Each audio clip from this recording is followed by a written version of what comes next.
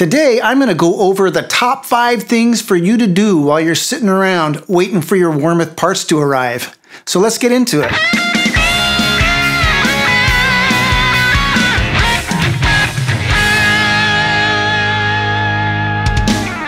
Hey everybody, it is Aaron at Warmoth, and trust me, I know exactly how it feels when you place an order and you're so excited to get started, and that 4 weeks or 6 weeks or 8 or 12, depending on whatever kind of parts you ordered, it just seems like it stretches out forever, and you're so anxious you can hardly contain yourself. Well, today I'm going to go over the top 5 best ways to make use of your time so that when the parts do arrive, you can get that guitar built lickety-split. So let's start with number 5. Gather all the other parts you're going to need, whether it's hardware or pickups or pots or wiring.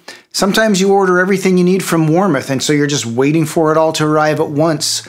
But usually people have different things coming from different sources, and it's worth it to take a couple of minutes to go over it, because it really stinks when you're really close to, getting a build done and you realize you forgot to order string trees, or you forgot to order the treble bleed for your volume cap.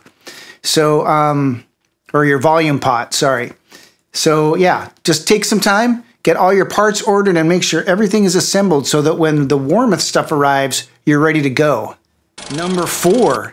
Gather the tools you need. This is almost more frustrating when you have all the parts there and then you realize you don't have the right size drill bit. And for a lot of people, collecting tools is almost as much fun as collecting guitars. So, if there's some specialized tool that maybe you've been waiting to grab that's going to help you do a better job on your build, now's the time. Have that thing ready and waiting when the Warmoth parts arrive. Number 3, learn to solder.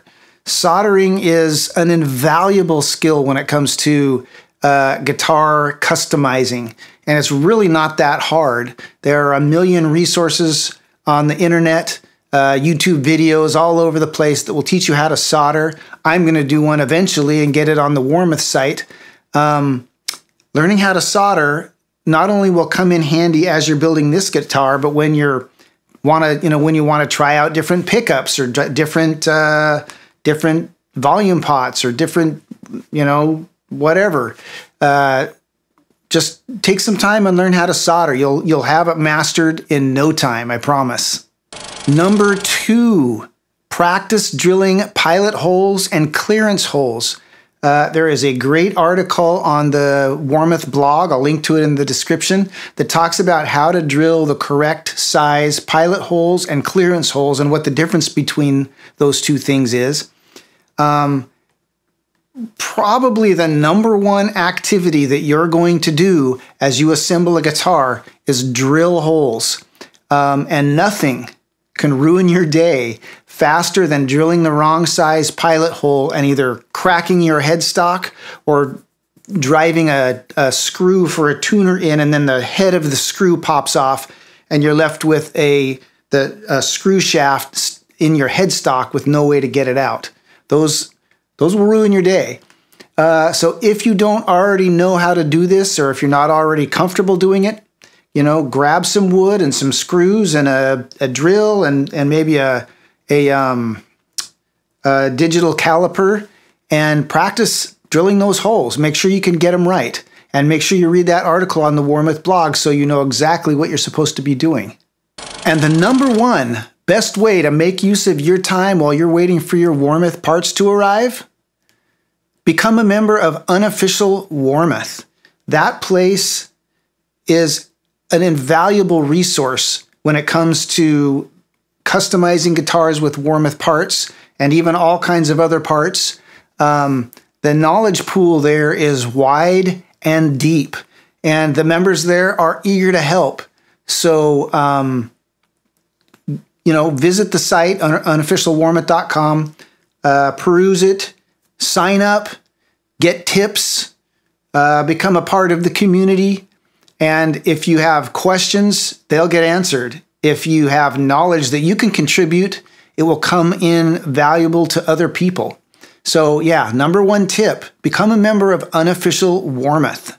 And a bonus tip, get YouTube certified in whatever skill you're going to need to assemble your guitar. Every guitar is a little different. Sometimes you're installing ferrules. Sometimes you need to install a Floyd Rose, and it's not always going to be the same. So if there's some specialized skill that you need to brush up on or learn it before your parts arrive. And YouTube has it all.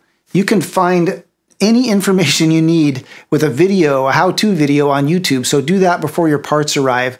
It has two benefits. One, you know it before your parts arrive. And two, learning it early gives you time to digest it and think about it. And I don't know if you're like me, but the more time I have to think about something and process it and analyze it, the better I am trying it for the first time. And now, since I've gone over a bunch of things to do while you're waiting for your parts, here are 3 things not to do. Number 3, don't panic. Assembling an electric guitar or bass is not that hard. It's all figure-outable. If you don't feel qualified, jump on YouTube and do some research. Practice the skills that you think you will need so that you're ready to go by the time your parts arrive. Or if you're not, mechanically inclined and you're going to have somebody else assemble the guitar for you, talk to them. You can go over all you can go over your vision with them and they'll be ready as soon as your parts arrive. Number 2, don't call and ask for a part of your order to be shipped early if you can help it. Now, of course, you always got to do what you got to do. And if you need part of it early, don't hesitate to call because we're always happy to help.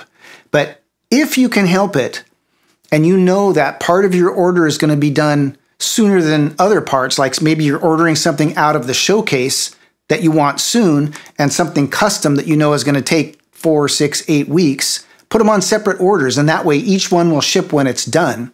If you put them on the same order, then that means that the one that's done quickly is going to wait until the one that takes a long time is also done, and then they'll be bundled and shipped together.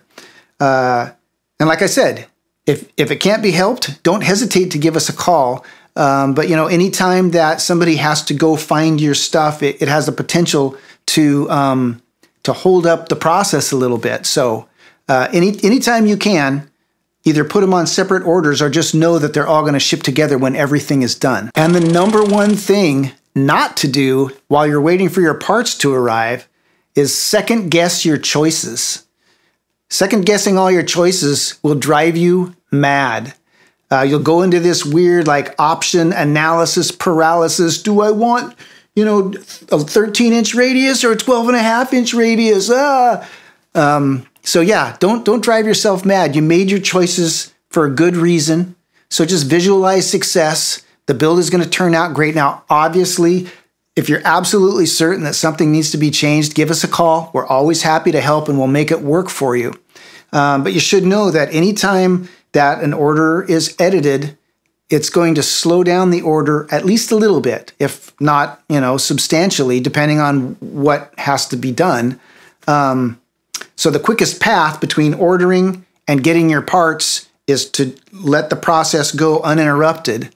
And then, of course, anytime you edit an order, depending on where we are in the process when you call, it may end up costing you something if we have to charge a restocking fee.